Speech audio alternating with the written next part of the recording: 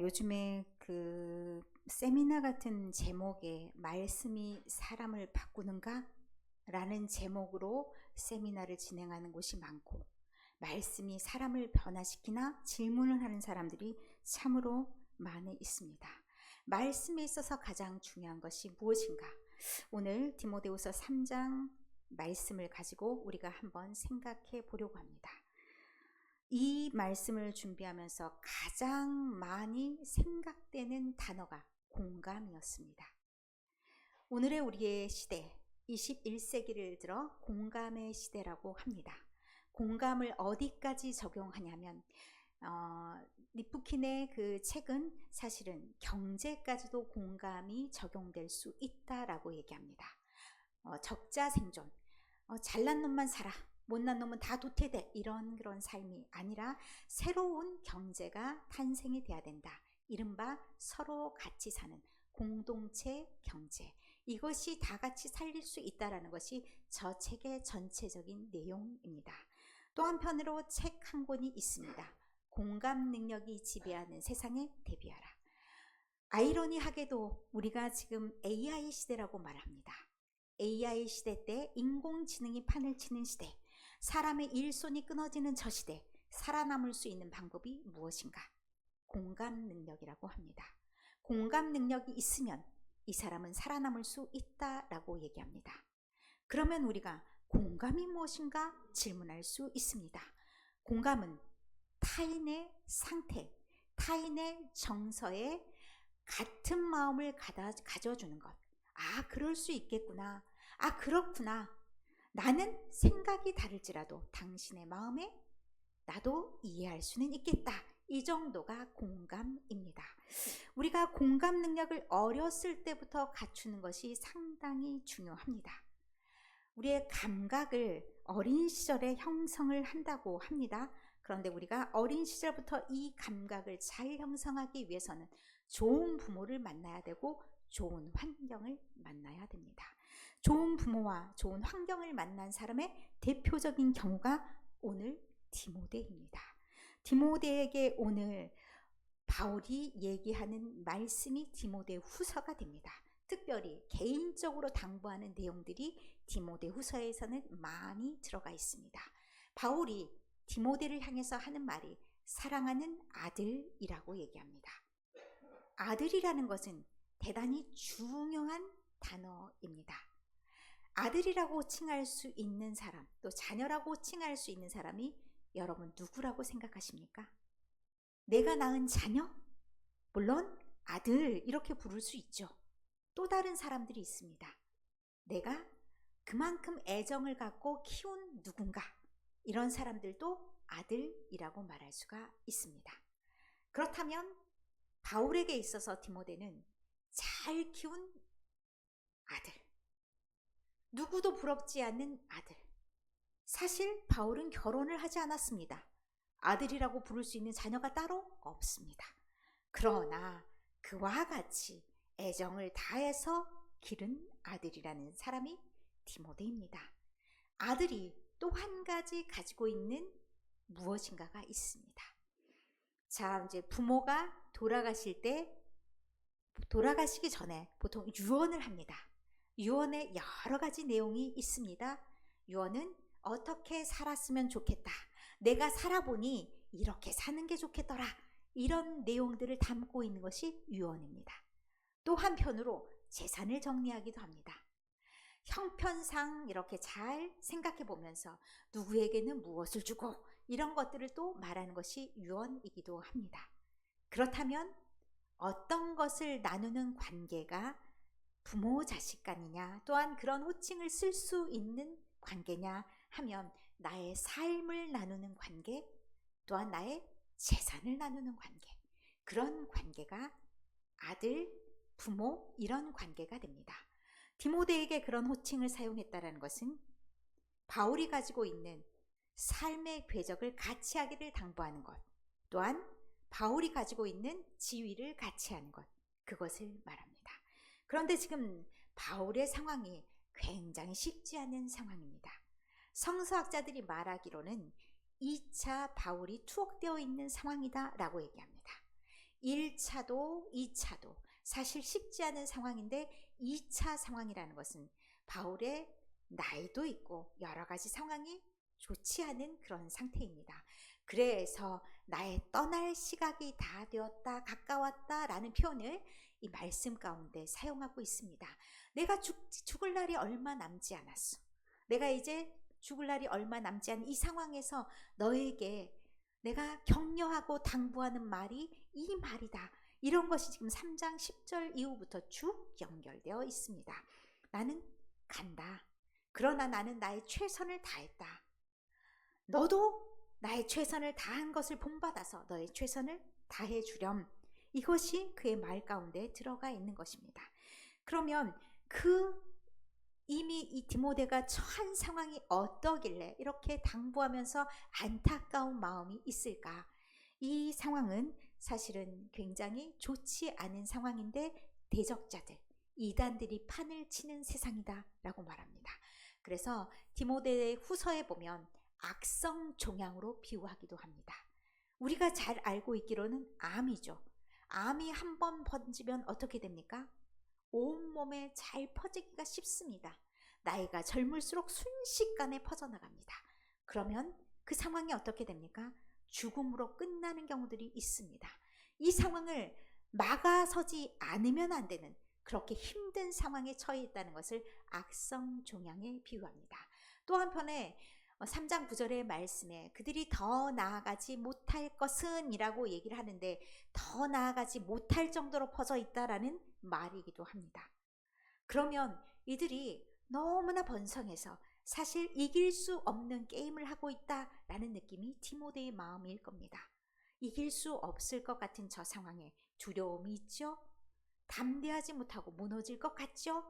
그러면 내가 무엇이 간데 이거 바울이나 가능한 일이지 나는 부족해서 할 수가 없다라고 말하면 물러설 수밖에 없는 그 상황입니다. 그러나 그에게 격려하면서 그가 가지고 있는 믿음을 끝까지 당부합니다. 특별히 무너지지 않으면 안 되는, 무너지면 절대로 안 되는 이유가 있습니다. 당대에 유행했던 사상이 부활에 대해서 정면으로 반박하는 그런 사상입니다. 그러면 예수 그리스도의 부활이 없다면 믿는 자들의 소망은 없습니다. 절대 물러서지 않으면 안 되는, 끝까지 최후까지 믿음을 이기고 나가야 되는 이유가 바로 그들이 가진 사상 자체에도 있는 겁니다.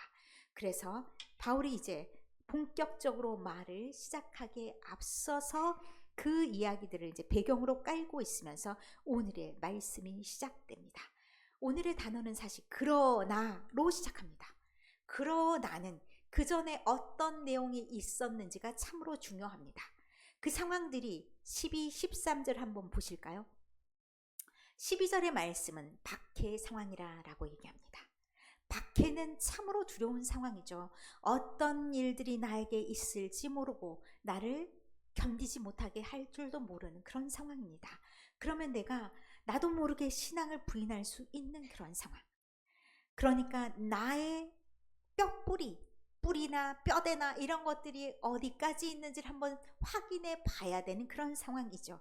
13절의 말씀은 내가 대적해야 되는 사람들의 상황을 보여줍니다. 악한 사람들과 속이는 자들이 있는데 그들이 뒤로 퇴진하지 않는다는 얘기입니다. 그들은 더 악하여지고 속이는 것도 몰라요. 자기가 속이고 있다라는 것 자체를 모르고 그것이 마치 진실인 것처럼 이제 자기 자체도 속이는 그런 상황이 됐다. 그러면 거짓이 진실인 줄 아는 그런 상황이 됐다는 얘기입니다.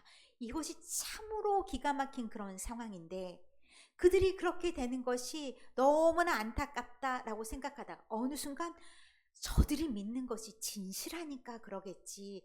저들이 잘못 믿는 게 아니겠지. 어떻게 돼요? 언론 플레이 참 중요하죠. 언론이 그렇게 하게 되면 깜빡 다 속습니다. 그것이 진실인 줄 압니다. 당대에도 이들의 말발이 굉장히 셌습니다. 이들이 잘 배웠습니다. 지식인들입니다. 그러니 어떻게 생각합니까? 나는 그들에 비해서 굉장히 부족하지 않나? 저 사람들은 엄청 신지식을 많이 알고 똑똑한데 저들이 받는 것이 맞겠지. 내가 아는 것 혹시 잘못되었을지도 몰라 라는 생각이 이 마음속에 들어가 있을 수도 있다는 얘기입니다. 여기에 쐐기를 딱 박아주는 말이 그러나입니다. 그들이 어쩔시고 하면서 맞다 장구치고 춤추고 그런다 할지라도 너는 그것에 절대 현혹되어서는 안 된다. 그러나 그들이 가지고 있는 것이 무엇이라 할지라도 그러나 너는 원래 가지고 있던 것이 좋은 것이었어 라고 말하는 겁니다. 그래서 14절에 어렸을 때부터 배우고 확신한 그 일에 거하라 라고 얘기합니다. 그리고 14절의 말씀에 너는 내가 누구에게서 배운 것을 안다 라고 얘기하는데 배우는 사람이 중요하다는 얘기입니다. 말만 번드르하게 하는 것이 중요하지 않다는 얘기입니다. 누가 가르쳤느냐, 누가 말하느냐가 중요하다는 얘기입니다. 제가 이 시점에서 할 말이 있는데요. 저는 누가 말했느냐를 중요하게 생각하지 않습니다. 그 말이 사실이면 사실이고 누가 말했는가 뭐가 중요하냐, 왜? 그 말의 맥락이 더 중요하다 생각했던 사람인데 제가 청주 오고 이 말의 공격을 굉장히 많이 받았어요. 자꾸 물어봐요.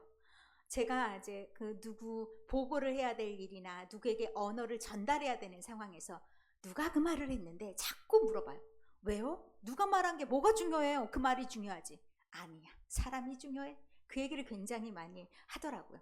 그런데 우리 바울 선생님이랑 우리 청주분들과 마음이 딱 통했나 봐요. 바울 선생님은 얘기하세요. 누가 말했는지 잘 봐야 돼. 그 사람들이 말만 번드르르하게 할 수 있어?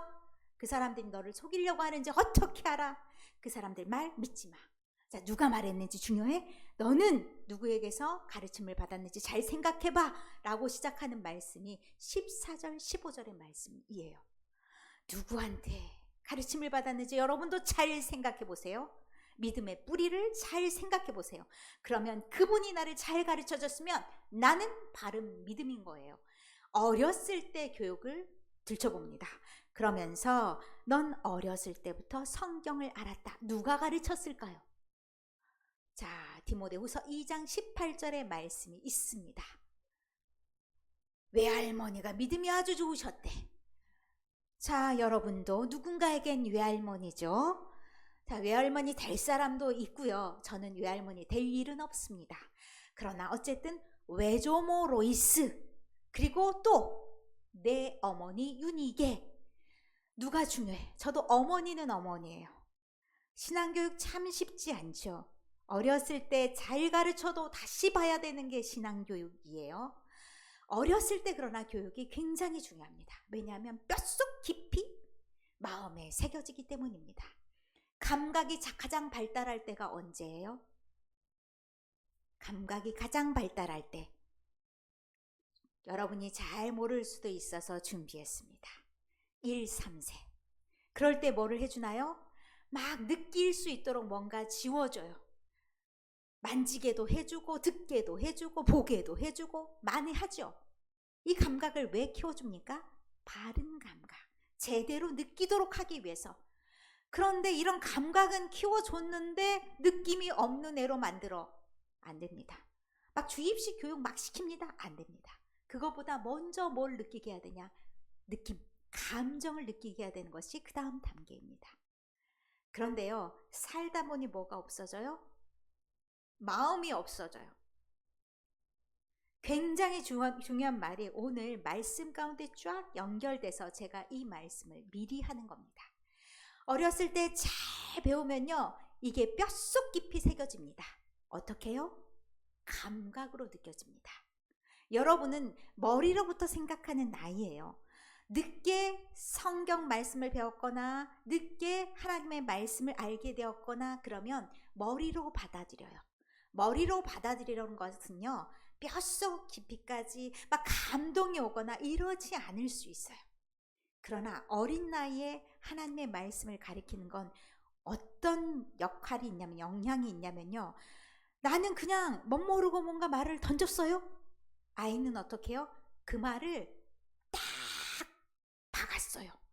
그래서 그냥 지나가던 막 바람이 막 일어요.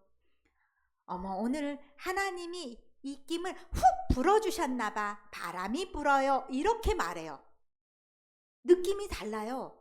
그래서 어린 나이에 성경을 가르치는 거 굉장히 중요해요. 창조주를 가리키는 거 굉장히 중요해요.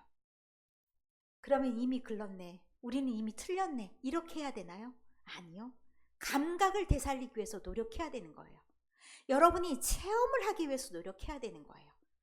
이거는요, 억지로 노력해야 되는 거예요. 자연스럽게 습득되는 거 아니에요. 어린 나이에도 그것을 감각을 익히기 위해서 노력하는 거잖아요. 나이가 들어서는 우리의 감각이 무너지면 어떻게 해요? 뻣뻣해져요. 몸이 뻣뻣해지고 마음이 뻣뻣해지면 가는 길은 딱 하나밖에 없어요. 아시죠? 몸이 뻣뻣해지면 어떻게 되나요? 그건 사람의 몸인가요? 아니죠. 마음이 굳으면 뭐예요? 사람의 마음이 아니에요. 살아있는 사람은 마음도 말랑말랑, 눈물도 좀 흘릴 줄 알아야 되고요. 웃을 줄도 알아야 되고요. 그렇게 하려면 어떻게 해요? 정 안 되면 표정은 거울 보고 연습. 진짜요. 표정은 거울 보고 연습. 그러면 얼굴 표정이 되살아나요. 아침에 일어날 때마다 얼굴도 꼬집어보고 찡그리기도 하고 웃어도 보고, 그러면 남이 내 얼굴을 봤을 때 표정이 살아있네, 이 표정이 되는 거예요. 마음은 어떻게 해요? 남이 웃을 때 내가 안 웃어져. 따라 웃으세요. 아, 좋은 건가 봐. 따라 웃으세요. 그러면 나도 그 마음이 돼요. 같이 웃어줘요. 내가 눈물이 안 나요. 저 사람의 마음을 읽으려고 노력해 보세요. 아, 저 마음이 이런 마음인가 봐. 몸이 아플 때 얼마나 힘들겠어? 눈물이 나겠지. 그 마음을 내가 눈물이 안 나면 이해하는 거예요. 그래서 내가 그 자리에 서보는 거예요. 그 연습을 하셔야 됩니다. 그래야 그 감각이 되살아나요. 그래야 뭐가 느껴지냐면 많은 것들, 말씀도요, 여러분을 바꾸지 못하는 이유가 뭔지 아세요? 말씀도 머리로만 들어오면요, 그랬다더라 땡이에요. 아무것도 바꾸지 못해요. 그러나 감각이 살아나야 여러분을 바꿉니다. 어렸을 때부터 성경 교육이 됐다라는 것은 그런 효과가 있는 겁니다. 그리고 그 다음에 바울의 가르침이 있었어요. 이때는 시각 조정의 시간입니다. 어렸을 때 가르치는 것은요, 그냥 성경에 나와 있는 말씀 그대로 가르쳐도 흡입력이 좋아서 딱딱딱 받아들여요. 그거에 대해서 문제 제기가 있을 때가 있어요. 뭐가 그래? 안 그러잖아. 말도 안 돼. 이런 말 할 때 있죠. 그럴 때는 그래? 너는 그렇게 생각하니? 너는 왜 그렇게 생각하는데? 하고 일단 되물어주는 과정들이 필요하죠. 이성적인 단계예요. 그럴 때는 이 시각이, 너의 시각이 그러하니? 잘못된 것들은 또 교정해주는 시간들이 필요하지요. 이럴 때 윽박 지르는 게 아니라 말의 주고받음이 필요해요. 누구랑 같이 했어요? 엄청 훌륭한 스승을 만났어요. 어떤 스승이냐면 이 바울 스승을 만났어요. 바울은 어마어마하게 많이 배우신 분이세요. 세상 학문도 많이 익혔어요. 언어도 잘해요. 그리고 뭐도 잘해요? 세상 학문도 굉장히 많이 배우셨어요. 그리고 성경도 아주 달달달 통독할 정도로 잘 알아요. 그래서 이 상황에 어떤 말이 적용돼야 되는지도 잘 알아요. 그리고 덧붙여서 이 말씀이 어떻게 예수님과 관련 맺는지도 잘 알아요. 아마 부모님께서 할머니와 어머니는 거기까지는 다 닿지 않았을 수 있어요. 그런데 바울이란 위대한 스승을 만나서 시각이 조정되고 어떻게 이것이 예수님과 관련이 맺는지를 연결해주는 스승을 만난 거예요. 그러면 이제는 정말 그의 머리가 막 팍팍 움직이는 거예요.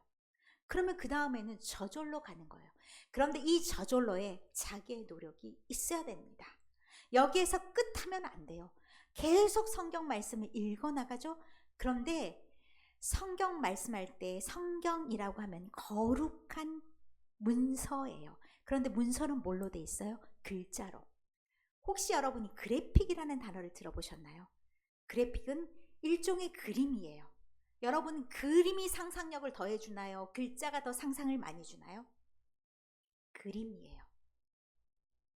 많은 것들을 상상하면서 묻고 답하고 무엇이랑 같이 해야 되는 거예요? 성경이랑. 성경의 말씀에 주고받음이 있어야 되는 거예요. 성경 말씀을 크게 세 가지 흐름으로 내가 읽어나갈 때 읽을 수가 있습니다. 성경은 먼저 누구의 이야기입니까? 하나님의 역사입니다. 하나님이 나에게 무엇을 요구하시는지, 하나님이 어떤 분인지를 들려주는 것이 성경입니다. 또 하나가 있습니다. 제가 세 가지라고 말씀드렸으니까 두 번째는 뭘 것 같습니까? 하나님, 예수님, 성령님 다 하나로 퉁쳤어요. 첫 번째. 두 번째는 무엇일까요? 하나님만 있으면 되나요? 내가 있어야 됩니다. 내가. 하나님을 받아들이는 내가 있어야 됩니다. 나는 누구입니까? 누구한테 물어봐야 됩니까? 성경에. 하나님, 나는 누구입니까? 그럼 하나님이 대답해 주셔요. 내가 만든 존재야. 내가 너를 얼마나 잘 만들었는데 나의 최대 걸작품 바로 너야 라고 말씀해 주는 겁니다. 그런데 네가 헷가닥 했어. 잘못을 범해. 그럼 어떻게? 네가 잘못했을 때는 나한테 잘못을 고하면 돼. 나 그렇게 나쁜 사람 아니다. 잘못을 용서해 주지. 무엇이 말합니까? 성경이. 그 다음에 무엇을 알아야 될까요? 하나님이 계셔요. 내가 있어요. 그러면 끝입니까? 나만 있으면 됩니까? 이웃. 우리의 옆에, 여러분 옆에 누가 있어요? 있지요. 사람이 있죠? 이웃이 있습니다. 그 이웃이 남편이 될 수 있고 아들, 자녀 다 있습니다. 이웃이 있어야 되죠. 성경의 이웃과의 관계에 대해서 누누이 말합니다. 사랑, 그것이 괜히 나온 게 아닙니다. 사랑이라는 것은 이웃과 관계 맺는 방법입니다. 공감이라는 언어를 사랑이라 말할 수도 있죠. 사랑은 너무 위대해 보이니까, 너무 거창해 보이니까 잠깐 미뤄두고, 그렇구나. 손을, 옆에 있는 사람 손 잡아도 되죠? 손 한번 잡아볼까요? 권사님, 장로님 손 한번 잡아주세요. 느낌이 있죠. 살아있는 사람은 다 따뜻한 온기가 있어. 좀 차가운 사람 손을 팍 던져버려요. 아유, 정이 없네 이러면서 던질 수도 있어요. 그 느낌을 가지고 사는 거예요. 내가 손을 잡아주는 거예요. 그러면 관계가 맺어지는 거예요. 성경은 하나님과 나와 이웃에 대해서 말해주는 거예요. 그것을 다 아는 거죠. 그래서 오늘 16절, 17절 우리가 구원을 받은 그 과정도 사실 그 안에 있어요. 우리가 있죠. 나 혼자만 있는 것 같으면 내가 어떤 마음이 드냐면 시궁창에 던져지는 마음이 될 때도 있어요. 내가 아파요? 내가 괴로워요. 그럼 나는 거기에 처박혀 있는 것 같아요. 그런데 누가 나타나시나요? 하나님이. 나를 들어 올려서 밝고 빛난 저쪽으로 움직여 주시는 게 구원이에요. 그런 능력이 무엇에 있는 거예요? 말씀에 있는 거예요. 그리고 성경에 유익함도 있다라고 말씀하시는데 제가 조금 다르게 표현해 볼게요. 모든 성경은 하나님의 감동으로 된 것이다. 하나님의 감동이라는 것을 헬라어 어원을 봐봤어요. 저거 여러분 외우시라고 하는 게 아니에요. 헬라어 어원을 봐보니까 불어넣어 준 거예요. 무엇을? 숨결을 불어넣어 준 거예요. 여러분 숨결이 닿는 그 거리가 어떤 거리예요? 아주 가까운 거리예요. 숨 쉬는 게 느껴지는 거 아주 가까이 있어야 느껴져요. 우리 권사님, 장로님, 권사님 두 부부들 숨결이 옆에 잘 안 느껴져요. 그 정도 거리는. 조금 더 붙어야 숨결이 느껴지죠. 한 30cm 이내 숨결이 느껴집니다. 성경에 하나님이 숨결을 불어넣으셨다라고 얘기합니다. 그러면요, 우리가 성경을 볼 때 30cm 이내 이렇게 보라는 얘기가 아니잖아요. 우리가 성경을 어떻게 대해야 된다는 것이에요? 하나님의 숨결을 느끼면서 대해야 된다는 얘기예요. 아까 제가 어렸을 때부터 성경을 아는 것이 유익하다라고 말씀을 드렸죠. 어린 나이에는 어때요? 굉장히 빨려 들어가요. 하나님이 첫째 날 무엇을 만들었나 이러면 막 답을 탁탁탁 내면서 그게 막 빨려 들어가. 우리는 금방 잊어요. 잊기도 잘 잊어. 그리고 와닿지도 않아. 다 지나갔어. 그런데 그것을 늘 반복해서 하나님의 숨결을 느끼려고 하나님의 막 불어넣는 것들, 여기에 무엇을 불어넣어 주셨나? 영향을 받아야죠. 입김을 받아야죠. 나에게 지금 뭐라고 하시는 것인지를 알아야죠. 아무 느낌이 없어. 변화해요? 변화하지 않아요. 하나님이 우리에게 막 응원을 하셔. 너 이렇게 변했으면 이쪽 길로 가. 응원을 막 하고 계시는데 못 느껴? 안 하다. 변해요? 안 변하죠. 왜요? 그런지도 모르는데 아무 느낌이 없는 거 우리를 변화시키지 못합니다. 하나님의 감동이란 단어가 그래서 굉장히 중요합니다. 제가 창세기 2장 7절의 말씀을 저 아래다가 조금 적어봤습니다. 사람을 만드실 때도 어떻게 하셨냐? 숨결을 후 불어넣어 주셨다 말합니다. 성경도 그렇게 된 거고 사람도 그렇게 된 거예요. 그러면 느낌이 탁 와야 되는데 느낌이 없어. 그럼 뭐예요? 느낌을 되찾자. 스스로 자꾸 하나님 나에게도 하나님 그 입김이 느껴지게 해주십시오. 말씀을 읽을 때 깨닫게 해주십시오. 있어야죠. 말씀을 대하는 말씀 딱 읽기 전에 바로 성경 읽어서 이렇게라도 하면 다행이고요. 읽기 전에 하나님 나에게 음성을 들려주시고 그 숨결을 나에게 불어넣어 주십시오. 항상 기도하고 읽으십시오. 그래서 하나님이 나에게 지금 바르게 가라고 하는 건가 아니면 잘못됐다고 질책하는 건가 이걸 내가 느껴야 된다고요. 그렇게 했을 때 약발이 먹히는 거예요. 모든 성경이 유익하대요. 뭐에 유익하다 했냐면 이것도 여러분 저기 하나하나를 다 외우고 읽으란 얘기 아니에요. 저런 뜻이 있다는 얘기예요. 우리에게 교훈을 주어요. 가르치는 거죠. 우리가 마땅히 행해야 될 길을 가르치는 거예요. 잘못된 것에서 벗어나도록 책망도 해주세요. 그리고 우리가 또 어떻게 하겠냐? 바르게 한다는 게 굉장히 재밌는 표현을 썼더라고요. 추가 있죠. 옛날의 저울을 생각해 보시면 돼요. 가운데 정확하게 놓이도록 하는 거예요. 우리가 기도합니다. 좌로나 우로나 치우치지 않도록이 어디에서 나왔냐면 추에서 나온 거예요. 우리가 그 길에 잘 설 수 있도록 그것을 조정해 주는 게 어떤 거냐? 말씀이라는 얘기입니다. 그 말씀이 무엇을 가리키기에 그렇게 되냐면 의를 가리키기 위해 하나님의 의가 하나님이 우리에게 원하시는 것이라고 생각해 봅시다. 그것이 무엇인지 우리에게 가르쳐 준다는 거예요.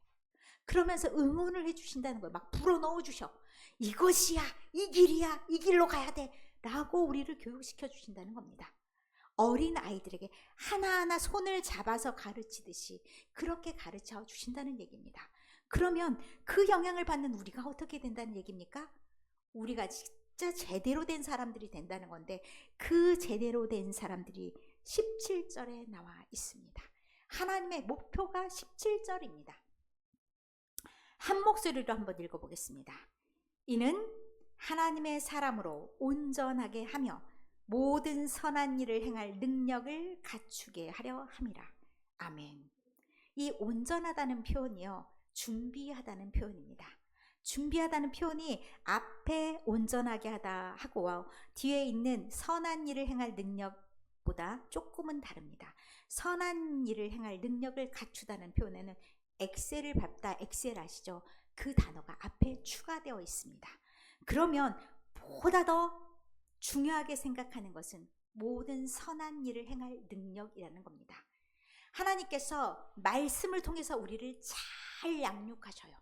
그러면 제대로 된 하나님의 사람으로 양육하시는데 제대로 된 하나님의 사람이라는 것은 온전하게 서는 사람이기도 하지만 한편으로 하나님의 선을 행할 능력을 갖춘 사람이라는 겁니다. 이것이 우리만 살게 하는 것이 아닙니다. 사실은 이것이 많은 사람을 살리게 하는 길이기도 합니다. 제가 말씀과 이미지를 한번 가져와 봤는데요. 주의 말씀은 내 발의 등이요 내 길의 빛이니이다. 저 등불을 한번 봐보십시오. 저 등불이 내가 등불을 든 사람이라고 생각합시다. 자, 말씀이 등불이 되었습니다. 그러면 그 등불이 나만을 내가 가는 길만을 비춰주시겠습니까? 아닙니다. 내가 등불을 들고 있는 그 순간 내 주변이 환해집니다. 그러면 그 빛으로 인해서 나의 주변에 있는 가장 가까이에 있는 사람들까지도 그 영향을 받는다는 얘기입니다. 요즘에 교회를 염려하는 사람들이 참 많이 있습니다. 그래서 요즘에 교회를 어떻게 살릴 것인가 고민들이 참 많습니다. 사실 우리 교회는 언제 문 닫아도 이상하지 않을 교회 중에 하나입니다. 여러분만 살아 있으면 교회는 있는 거고, 그러나 여러분이 돌아가시면 교회는 점점 축소될 수밖에 없는 것이 우리의 형편입니다. 그러면 우리 이대로 괜찮은가? 질문을 해야 됩니다. 교회는 두 가지가 중요하다고 합니다. 요즘에 교회를 찾는 이유가 두 가지인데, 옛날에는 말씀의 비중이 가장 컸다고 합니다. 그러나 요즘엔 또 한 가지가 있습니다. 분위기입니다. 분위기는 무엇입니까? 느낌이죠. 저는 가능하면 다양한 연령대가 있으면 좋겠습니다. 왜냐하면 우리 교회는 50대가 문 열고 들어오면 약간은 지금 상황에선 덜 뻘쭘하겠어요. 그러나 40대가 문 열고 들어오면 뻘쭘해요. 30대가 들어오면 문 닫고 나가요. 내가 올 곳이 아닌가 봐. 20대, 우리 교회는 의무적으로 나오는 20대는 있어요. 그러나 나머지 20대가 자원하기 위해선 그분들의 친구들이 자가 운전을 해서 여기 올 수 있어야 되는 그런 상황이죠. 참 쉽지 않은 여러 가지 조건들이 있습니다. 우리가 어찌해야 되겠습니까? 이 상황에서 우리는 사실은 약간의 뻔뻔함도 필요합니다. 한 번만, 우리 교회 한 번만 나가보자. 누구에게? 여러분의 자녀 40대, 여러분의 자녀 30대, 이런 자녀들에게도 강권하는 것이 필요합니다. 저는 많은 날 다 같이 나가자, 이거 약발도 안 먹혀요. 그런 거 하지 마시고 한 번만 하십시다. 1년에 한 번만. 그래서 올해는 제가 우리 창립주일에 여러분의 가족 모두 함께 이 캠페인을 한번 해보고자 합니다. 이게 왜 그러냐면요, 그분들이 다 정착하지 않습니다. 너무나 잘합니다. 그럼에도 불구하고 왜 그걸 하냐? 분위기를 좀 바꿔나가는 것이 필요합니다. 저 사람들이 저기 앉아있으니까 이런 분위기네. 교회 분위기가 바뀝니다. 교회 분위기를 바꾸지 않으면 우리 어렵습니다. 우리의 기도 제목이 돼야 됩니다. 그리고 실질적으로 노력해야 됩니다. 제가 우리 교회 우리 마을의 50대를 위해서 기도합니다. 제가 찾아보니까 몇 분 계시더라고요. 어떻게든 그분들을 살려야겠다. 아픈 그분들 더욱 좋습니다. 제가 기도하면 되니까요. 찾아가면 되니까요. 그런 마음으로 노력해 보려고 합니다. 여러분도 한 번만 하십시오. 한 번만. 그래서 교회 분위기를 바꿔봅시다. 그래서 살아있는 교회, 대신에 그들이 딱 왔을 때 우리의 귀가 열려 있어야 됩니다. 내가 기대했던 거 아무 기대도 안 하고 갔어. 그런데 조금 좀 이상해. 분위기가 바뀌었는데 이거 하나만 바뀌면 됩니다. 여러분이 어떤 태도여야 됩니까? 귀가 열려 있어야 됩니다. 여러분 귀가 안 열리면 안 돼요. 여러분이 손이 살아 있어야 됩니다. 그래서 막 쓸데없이 젊은 사람들 막 어깨에 토닥거리고 이러라는 얘기가 아니에요. 그분들은 그냥 이렇게 하거나 잠깐 악수하거나 그 정도만 해주시면 돼요. 그러나 눈빛, 아주 착하고 아주 따뜻한 눈빛으로만 발사해도 좋습니다. 그리고 여러분의 예배드리는 태도, 저는 이것이 굉장히 큰 분위기가 반전이 될 줄로 믿습니다. 우리가 거기까지 한번 해봅시다. 다른 건 못해도 그렇게 하면서 우리 교회를 살려나가는데 말씀이 먼저 여러분을 변화시켜야 가능합니다. 말씀이 무엇이라고요? 여러분에게 다가와야 된다고요. 여러분에게 성큼성큼 다가와서 여러분의 마음을 움직여야 돼요. 그러기 위해서는 여러분의 감각 훈련 하셔야 됩니다. 해보지도 않고 말을 하지 마시고 이미 굳어진 감각이라 생각하시면 곤란합니다. 다시 살려야 됩니다.